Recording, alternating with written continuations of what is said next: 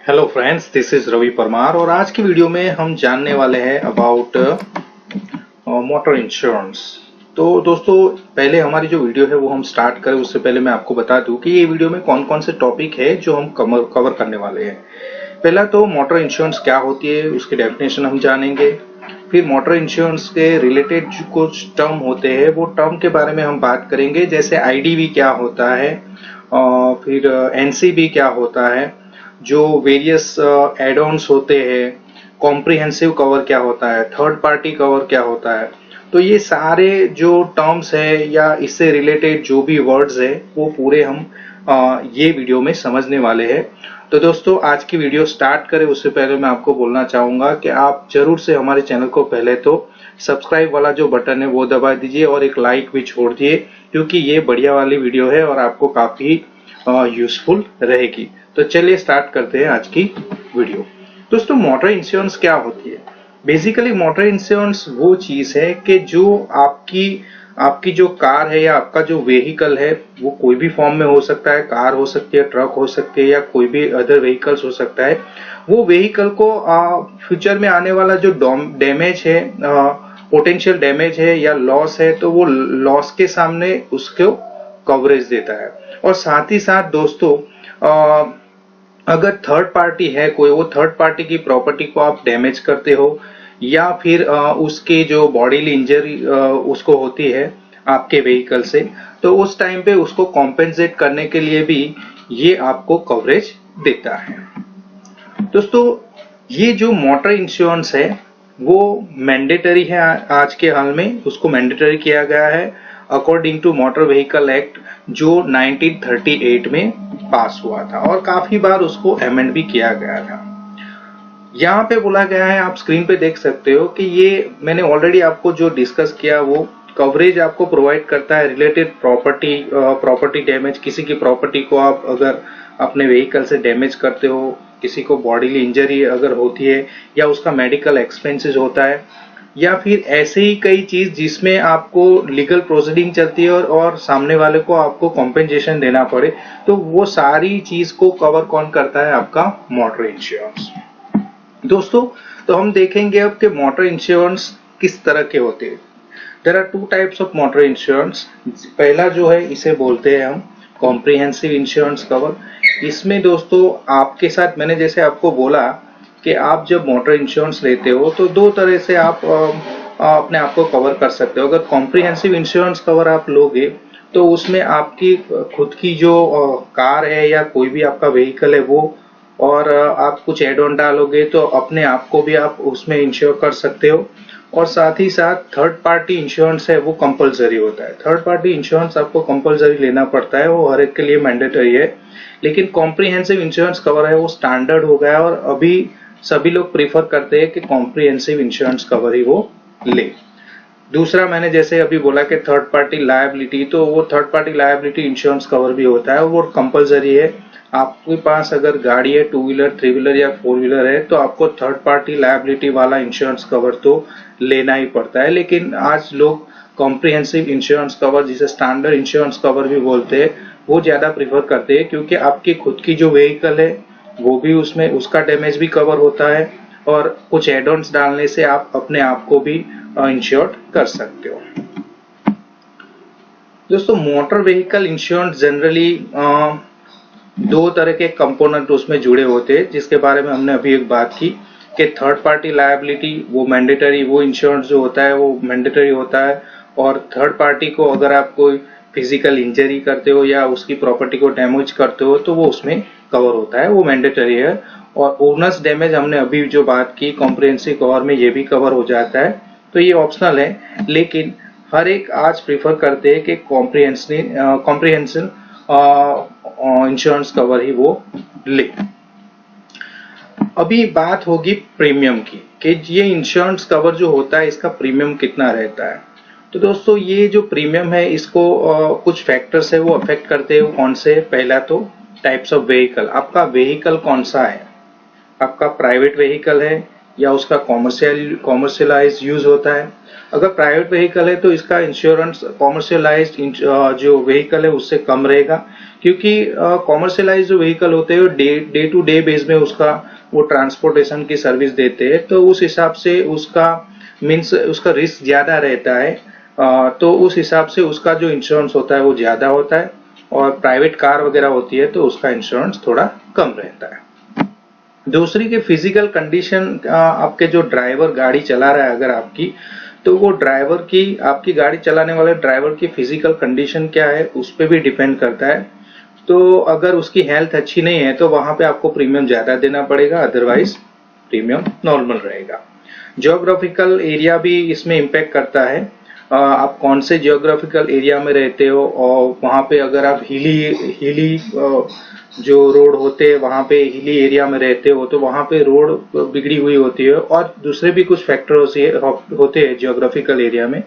अगर ऐसी कोई कंडीशन में आप रह रहे हो तो वहां पे भी आपकी प्रीमियम थोड़ी बढ़ सकती है। दूसरा, आपकी गाड़ी की जो एज है वो कितनी हुई है, गाड़ी कितनी पुरानी है, तो जितनी गाड़ी पुरानी होगी उससे प्रीमियम भी उतना बढ़ता है। ओके, क्योंकि गाड़ी का डैमेज होने के रिस्क ज्यादा बढ़ जाता है, तो उस हिसाब से वहां पे आपकी प्रीमियम बढ़ जाएगी। नाउ, आपका जो इंश्योरेंस, आपने जो मोटर इंश्योरेंस लिया है वो क्या कवर करेगा, क्या कवरेज देगा, और कौन सी चीज है जो मोटर इंश्योरेंस में आपको कवर नहीं दे पाएगी, तो उसके लिए एक टेबल हमने बना के रखा हुआ है, आप देख सकते हो।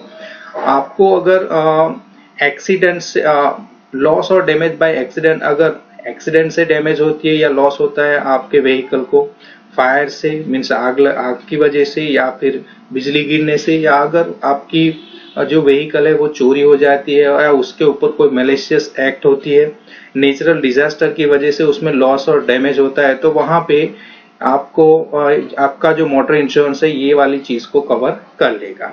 दूसरी एक चीज कि third party liability in form of injury, death and damage to property. तो थर्ड पार्टी को आप डैमेज करते हो या उसकी डेथ हो जाती है या उसको डैमेज उसकी कुछ बॉडीली इंजरी होती है, तो वो सारी चीज भी इसमें कवर हो जाती है। थर्ड पार्टी का जो मेडिकल एक्सपेंसेस है वो भी इसमें कवर हो जाता है। अभी एक्सक्लूजन क्या है वो हम देखेंगे, कौन सी चीज है जो आपके मोटर इंश्योरेंस में कवर नहीं होगी। तो पहले एक नॉर्मल वेयर एंड टेयर, छोटी खरोच वगैरह पहुंची होगी आपकी गाड़ी को तो वो इसमें कवर नहीं होगी।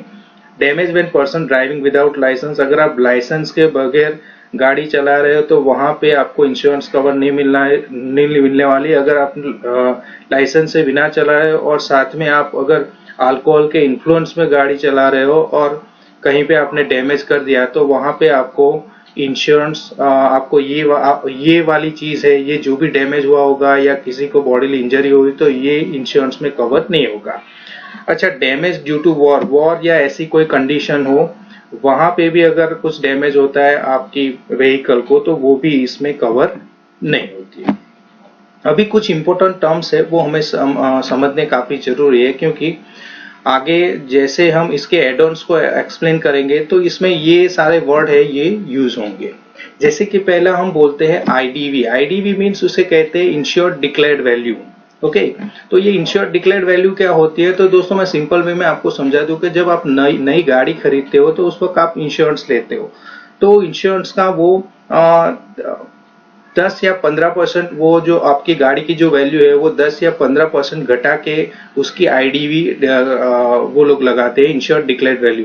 मीन्स आपकी गाड़ी को अगर कुछ डैमेज वगैरह होता है तो आपको कितनी अगर वो चोरी हो गई या ऐसा कुछ हुआ जो टोटली उसमें डैमेज होता है तो क्या होगा, तो उसकी इंश्योर्ड डिक्लेयर्ड वैल्यू है वो आपको मिल जाएगी। तो वो नई गाड़ी खरीदते हो आप तो वो तकरीबन 10 से 15% होती है, आई थिंक 15% होती है, और एक साल के बाद वो जो गाड़ी की वैल्यू है 10% और घटेगी, ऐसे इसमें एक डेप्रिसिएशन लगता है। तो आईडीवी क्या होता है, इंश्योर्ड डिक्लेयर्ड वैल्यू, वो पूरी आपकी गाड़ी की वैल्यू नहीं होती है। ओके, एनसीबी जो होता है इसे बोलते हैं नो क्लेम बोनस। मीन समझ लीजिए आपने एक मोटर इंश्योरेंस लिया है और एक साल तक आपकी गाड़ी में कोई प्रॉब्लम नहीं हुई, ना ही कोई डैमेज हुआ, ना थर्ड पार्टी को आपने कुछ डैमेज वगैरह किया, तो वो साल आपने प्रीमियम भरा था लेकिन कोई क्लेम नहीं किया, तो अगले साल आपको क्या होता है उसमें नो क्लेम बोनस मिलता है। मीन्स आपका प्रीमियम जो होता है वो थोड़ा घट जाता है। और दोस्तों मैं ये बताऊं, ये ओन डैमेज की जो प्रीमियम होती है, ओन डैमेज की जो प्रीमियम, वही प्रीमियम में से ये वैल्यू घटती है। आपकी टोटल जो प्रीमियम होती है उसमें से वह वैल्यू नहीं घटेगी। तो वो एनसीबी क्या होता है कि कुछ परसेंटेज 20 या 30% वॉट एवर जो भी होते, वो आप जितने साल तक क्लेम नहीं करोगे उतने साल आपका जो एनसीबी है वो बढ़ेगा, और उतने परसेंट अगले साल का जो प्रीमियम है उसमें से घटाया जाएगा। अच्छा, वॉलंटरी डिडक्शन, अगर आप चाहते हो कि आपकी जो व्हीकल है वगैरह में कुछ लिमिटेड रुपीस का खर्चा है तो वो आप खुद पे करोगे, तो वहां पे आप वॉलंटरी डिडक्शन का ऑप्शन सिलेक्ट कर सकते हो। सिंपली बताया गया है, expenses in specific limit paid by person himself. अगर आप चाहते हो 5,000 तक का अगर खर्चा होगा तो आप खुद ही उसको पे करोगे, तो वहां पे वो ऑप्शन आप ऑप्ट कर सकते हो। कैशलेस सर्विस सेंटर, ओके दोस्तों, काफी सारे लोग मोटर इंश्योरेंस लेते हैं, लेकिन उनके शहर में कैशलेस सर्विस सेंटर है कि नहीं वो देखना जरूरी है। कई बार ये फैसिलिटी दी जाती है, लेकिन वो कंपनी के जो ब्रांड की आपके पास कार है वो कार के शोरूम पे ये कैशलेस सर्विस नहीं दी जाती, तो वो आपके लिए अच्छा नहीं रहेगा। तो आपको देखना है कि जो ब्रांड की आपके पास कार है वहां पे वो कैशलेस सर्विस सेंटर वही ब्रांड का अवेलेबल है कि नहीं है, क्योंकि अदरवाइज क्या होता है कि आप अगर अपनी सिटी में वो कैशलेस सर्विस सेंटर नहीं होगा तो आपको रिएम्बर्समेंट होता है। मीन्स पहले आप जाके अपनी गाड़ी का जो भी डैमेज हुआ है, लॉस हुआ है, उसका खर्चा वगैरह करवाओगे और वो पैसे आप दोगे, और उसके बाद जो बिल वगैरह उसके जो भी खर्चा हुआ होगा वो बिल आपको कंपनी को देना है और क्लेम करना है, तो कंपनी वो पैसे आपको वापस देगी। तो इसी को बोलते हैं रिएम्बर्समेंट।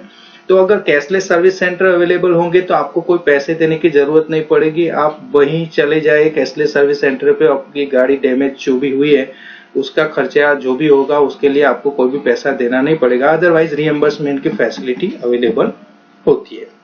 अभी हम बात करेंगे एड ऑन। आपने जो इंश्योरेंस कवर लिया है इसमें एड ऑन क्या होते हैं। अभी ये जो भी एड ऑन आप लोगे उसके लिए थोड़ा प्रीमियम आपको हायर देना पड़ेगा। तो पहला है जीरो डेप्रिसिएशन कवर। ये क्या होता है दोस्तों, you get the whole cost of repairs to external car body damage. देखिए दोस्तों, जब भी आपकी गाड़ी कंप्लीटली डैमेज होती है, समझ लीजिए कोई किस्से में या चोरी वगैरह हो गई, तो वो केस में गाड़ी के जो कंपोनेंट, कुछ कंपोनेंट होते हैं जैसे कि प्लास्टिक होते हैं, फाइबर होती है, रबर होती है, ग्लास कंपोनेंट्स होते हैं, तो ये सारी चीज को उसमें कवर नहीं किया जाता, और इसी वजह से आपको जब ये मीन्स आपका क्लेम जब सेटल होता है तो आपको पूरी गाड़ी की वैल्यू नहीं मिल पाती। जैसे आप यहाँ पे स्क्रीन पे देख भी सकते हो, you get the whole cost of repairs to external car body damage irrespective of depreciation amount, but you have to pay higher premium. और ये भी आपको ध्यान रखना है कि दोस्तों आपकी गाड़ी थोड़ी पुरानी हुई होती है तो पुरानी मार्केट वैल्यू कंसिडर की जाएगी, और जो डेप्रिसिएशन वगैरह भी लगा होगा वो भी कंसिडर किया जाएगा। सॉरी, जीरो डेप्रिसिएशन जब आप ये सिलेक्ट करते हो, ये एड ऑन कवर लेते हो, तो उस पर डेप्रिसिएशन नहीं लगेगी, और डेप्रिसिएशन लगाए बिना ही जो मार्केट वैल्यू होगी वो आपको क्लेम उसका सेटल हो जाएगी। तो ये था दोस्तों, ये कवर है जिसे बोलते हैं जीरो डेप्रिसिएशन कवर। दूसरा जो है इसे बोलते हैं इंजन प्रोटेक्शन कवर। तो आज की काफी सारी पॉलिसी में ये एक चीज देखने को मिलती है, इंजन प्रोटेक्शन कवर। दोस्तों कई बार क्या होता है कि गाड़ी का इंजन में अगर पानी घुस जाता है और पानी की वजह से इंजन बिगड़ जाता है, या कई और कंडीशंस होती है जो हम आपके मोटर इंश्योरेंस में कवर नहीं होती है, तो उसके लिए आपको अलग से एड ऑन कवर लेना पड़ता है। आप कोई ऐसे एरिया में रह रहे हो जहाँ पे आपके इंजन जो है उसका डैमेज होने की पॉसिबिलिटी ज्यादा हो जाती है, तो वो टाइम को आपको ये इंजन प्रोटेक्शन कवर लेना चाहिए। और ये क्या क्या कवर करेंगे, cover any damages to engine through leakage. अगर इंजन में लीकेज हो रहा है, वाटर से डैमेज हुआ है, फिजिकल डैमेज होता है, तो ये क्या करते हैं, compensate you for repair and replacement. आपके इंजन को अगर बदलना पड़े या उसको रिपेयर करना पड़े तो वो पूरा खर्च भी इसके अंदर आपको कवर मिल जाएगा। अच्छा, तीसरा वाला जो एड ऑन है वो उसे बोलते हैं रोड साइड असिस्टेंट कवर, और ये मोस्टली पॉपुलर है, और आप तकरीबन जानते भी होंगे कि अगर आपकी गाड़ी रोड पे बिगड़ गई तो आप या कोई डैमेज वगैरह हो गया, गाड़ी का एक्सीडेंट वगैरह हो गया, तो वहां पे आपको गाड़ी को वहां पे ही रिपेयर करना है, तो वो फैसिलिटी जो खर्च होगा उसके अंदर वो भी इसके अंदर कवर होगा। इमरजेंसी आपको फ्यूल की जरूरत है तो वो भी मिल जाएगी। अगर पंचर वगैरह हुआ है और ड्राइवर आपका जो है उसको कुछ फिजिकली कुछ हेल्थ की प्रॉब्लम आ गई, तो उस टाइम पे आप जो हेल्प मीन्स जो भी असिस्टेंस आप लोगे उसका खर्चा इसके अंदर आपको कवर मिल जाएगा। ओके, अगर टोइंग करनी है, आपकी गाड़ी को टोइंग करके रिपेयर सेंटर पे ले जाना है तो वो खर्च भी इसके अंदर कवर हो जाता है। और साथ ही साथ अगर ऐसी कोई कंडीशन है कि आपकी गाड़ी वहां से हिल ही नहीं पा रही है, आप वहां से अभी नहीं मूव कर सकते, तो आपके एकोमोडेशन की जो कॉस्ट होगी ये भी इसके अंदर कवर हो जाएगी। और अगर आपको कहीं जाना इतना इम्पोर्टेंट है तो कैब सर्विस के लिए जो खर्च होगा वो भी ये रोड साइड असिस्टेंट कवर में कवर हो जाएगा। दूसरा एक कवर है जिसे बोलते हैं कंज्यूमेबल कवर। दोस्तों गाड़ी में कुछ चीजें ऐसी होती है जो कंज्यूमेबल होती है, मीन्स उसका दोबारा आप इस्तेमाल नहीं कर सकते, जैसे nut and bolts, gear box oil, lubricant, grease etcetera, वो एक बार यूज करते फिर उसको इसका डिस्पोज करना पड़ता है। Which are required to be replaced और refill in the event of accident. अगर कार का कोई एक्सीडेंट वगैरह हो गया और ये वाली चीज जो है नट बोल्ट्स, गियर बॉक्स और इसको भी चेंज करना पड़ा, तो वो टाइम पे अगर आपने कंज्यूमेबल कवर ले रखा होगा तो वो जो भी कॉस्ट होगी वो भी आपके इंश्योरेंस में कवर हो जाएगी। अच्छा, आगे वाला जो कवर है जिसे बोलते हैं रिटर्न टू इनवॉइस कवर।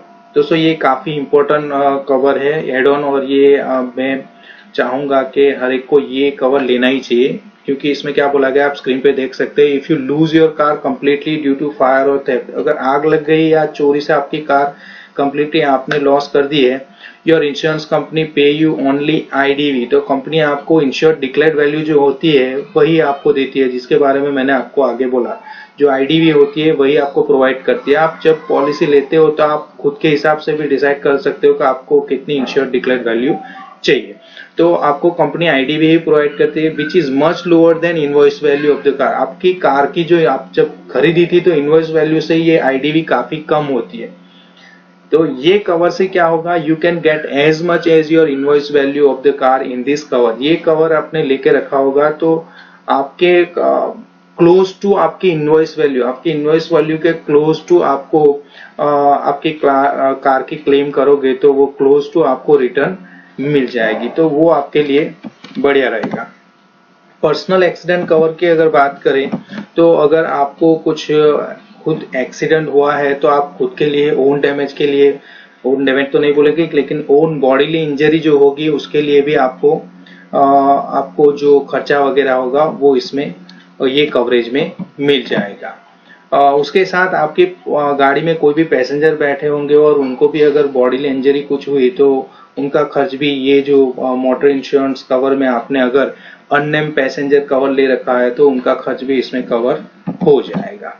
उसी के साथ पेड ड्राइवर कवर मीन्स आपका ड्राइवर, आप उसको पेमेंट करते हैं, सैलरी वगैरह देते हैं और आपकी अगर ट्रांसपोर्टेशन की व्हीकल है वो चलाते हैं, तो ड्राइवर पेड ड्राइवर को कुछ डैमेज वगैरह उसको कुछ हुआ तो उसका भी जो खर्च वगैरह है वो उसके अंदर आप क्लेम कर सकते हो। तो दोस्तों ये थी पूरी video regarding motor insurance. I hope आप अगर फ्यूचर में मोटर इंश्योरेंस लेने वाले हो, कार इंश्योरेंस लेना हो, बाइक इंश्योरेंस ले रहे हो या फिर 3 व्हीलर क्यों ना हो, आपके पास ट्रांसपोर्ट व्हीकल क्यों ना हो, और अगर आप ये कुछ मोटर इंश्योरेंस इनके लिए लेने जा रहे हो तो ये वीडियो आपको काफी यूजफुल रहेगी और वो जो पॉलिसी है उसे बाय करने में या दूसरी कंपनी के साथ इसे कंपेयर करने के लिए आपको यूजफुल रहेगी। दोस्तों ये वीडियो आपको पसंद आए तो प्लीज लाइक करें, शेयर करें और प्लीज सब्सक्राइब कर दिए। Thank you very much.